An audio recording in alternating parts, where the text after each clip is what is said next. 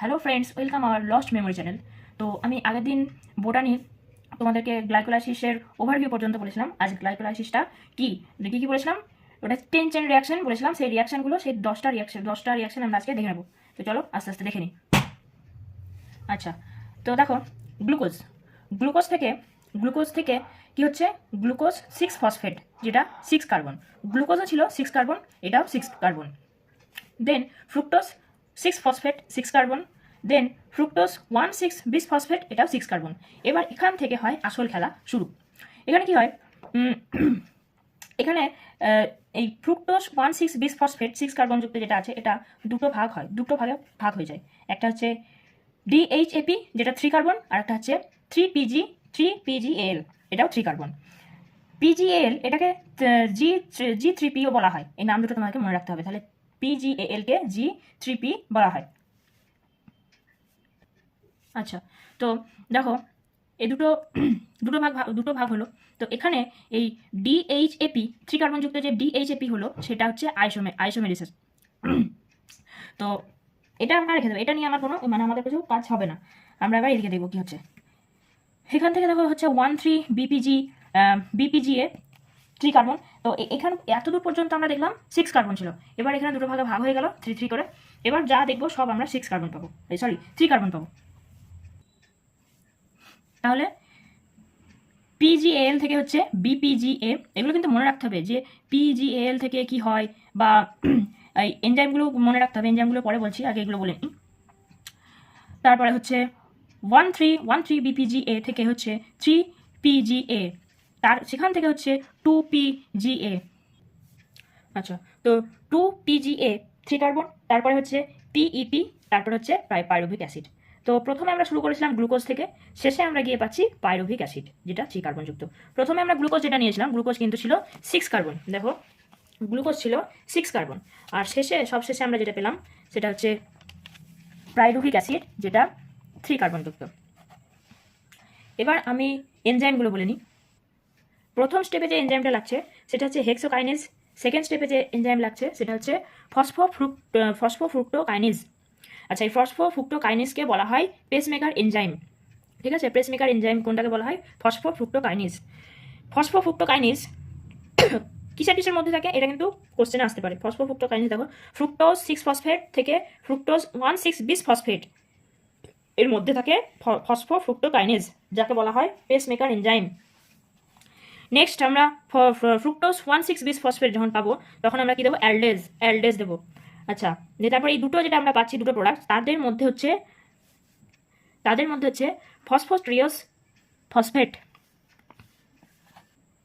দেন এখান থেকে যখন আসবে, এখানে কিন্তু একটা অক্সিডেশন হয়, ঠিক আছে। তারপরে 1,3 BPGA থেকে যখন 3PGA হবে, তখন এদের মধ্যে যে আমরা এনজাইমটা ব্যবহার করি সেটাকে বলা হয় ফসফোগ্লাইসেরেট কাইনেজ। তারপর 3PGA থেকে 2PGA যখন আসবে, 3PGA থেকে 2PGA, এটাও খুব ইম্পর্টেন্ট। তখন কি ব্যবহার করা হয়? মিউটেজ। দেন 2PGA থেকে যখন PEP হবে, তখন কি ব্যবহার করা হয়? এনোলাজ। সবশেষে যে এনজাইমটা আমরা ব্যবহার করে থাকি সেটা হচ্ছে PEP থেকে আমরা যখন পাইরুভিক অ্যাসিড বানাবো, নিয়ে আসবো, তখন যে এনজাইমটা ব্যবহার করতে হয় সেটা হচ্ছে পাইরুভেট কাইনেজ। এটাও খুব ইম্পর্টেন্ট, পাইরুভেট কাইনেজ, এটাও খুব ইম্পর্টেন্ট। এদিকে মিউটেজ, এটা খুব ইম্পর্টেন্ট। অ্যান্ড এখানে যে এটা পেয়েছিলাম ফসফোফ্রুক্টোকাইনেজ, এটাও খুব ইম্পর্টেন্ট, পেসমেকার এনজাইম। আচ্ছা, এই টোটাল গ্লাইকোলাইসিস যে প্রক্রিয়াটা, এই প্রক্রিয়াটার মধ্যে যে টোটাল এটিপি আমাদের লাগে 4, অ্যান্ড নেট এটিপি আমাদের লাগে 2। এটাও একটা মনে রাখার বিষয়, টোটাল এটিপি 4, নেট এটিপি 2। আর একটা জিনিস আমাদেরকে লক্ষ্য রাখতে হবে, সেটা হচ্ছে কোথায় এটিপি উৎপন্ন হচ্ছে আর কোথায় এনএডি বা এনএডিএইচ, হ্যাঁ, কোথায় উৎপন্ন হচ্ছে, এগুলো আমাদেরকে একটু খেয়াল রাখতে হবে। তো ফার্স্ট হচ্ছে গ্লুকোজ থেকে যখন গ্লুকোজ 6 ফসফেট হচ্ছে, তখন এটিপিটা কি হচ্ছে? এডিপি আইপিতে কনভার্ট হয়ে যাচ্ছে, ঠিক আছে। এখানেও সেম হচ্ছে, কিন্তু এখানে দেখো, যখন পিজিএল থেকে যখন বিপিজিএ হচ্ছে, তখন কি হচ্ছে? এনএডি প্লাস এনএডি প্লাসটা কি হচ্ছে? NADH plus H plus, NADH plus H plus, অর্থাৎ কি হচ্ছে? এখানে অক্সিডেশন। আমি আগের ভিডিওতে বলে দিয়েছিলাম যে এনএডি থেকে যখন এনএডিএইচ হবে, তখন হবে অক্সিডেশন।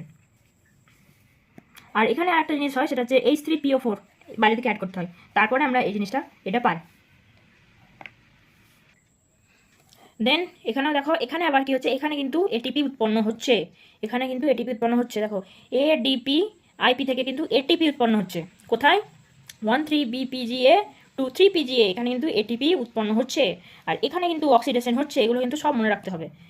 দেন সবার শেষ কোথায়? সবার শেষ হচ্ছে এখানে, সেটা হচ্ছে পিইপি, ত্রিকার্বনযুক্ত পিইপি থেকে যখন পাইরুভিক অ্যাসিড হয় তখনও কি হয়, এটিপি আমরা একটা পাই। আর এখানে এনজাইম কি দিতে হয়? এনজাইম দিতে হয় পাইরুভেট কাইনেজ। আর তারপরে এগুলো যে পিঙ্ক কালারে লেখা রয়েছে, এগুলো হচ্ছে বিক্রিয়াগুলোকে কি বলা হয়, বিক্রিয়াগুলোর নাম লেখা রয়েছে। দেখো যেমন হচ্ছে গ্লুকোজ 6 ফসফেট যখন হচ্ছে, সেই বিক্রিয়াটাকে বলা হয়, সেই রিয়াকশনটাকে বলা হয় ফসফোরাইলেশন। দেন এখান থেকে যখন ফ্রুক্টোজ 6 ফসফেট হচ্ছে, তখন সেখানে হচ্ছে আইসোমেরিজেশন। এখানেও আবার ফসফোরাইলেশন হচ্ছে, এটা রেট লিমিটিং স্টেপ। এই স্টেপটা হচ্ছে রেট লিমিটিং স্টেপ। এখান থেকে দুটো ভাগ হয়ে মেন প্রসেস আমাদের শুরু হয়। এই পুরো চারটা যদি আমরা গুনে দেখি, তাহলে 10 চেন রিয়াকশন পাবো, মানে 10টা বিক্রিয়া পাবো। এটাকে যদি আমরা পার্ট করে লিখি, 1 2 3 4 5 6 7 8 9 and at last pyruvic acid 10। ঠিক আছে, তার জন্য এটা হচ্ছে 10 চেন রিয়াকশন। এটা একদম গ্লুকোজ থেকে শুরু করে পাইরুভিক অ্যাসিড পর্যন্ত আমরা 10টা 10 চেন রিয়াকশন পেয়ে থাকি। সো আজকের ভিডিও এতটাই থাক, গ্লাইকোলাইসিস পুরো বিক্রিয়ার পুরো প্রসেসটা বলা হলো। নেক্সট দিন এরপর থেকে কন্টিনিউ করবো। সো টাটা বাই বাই, সবাই ভালো থেকো।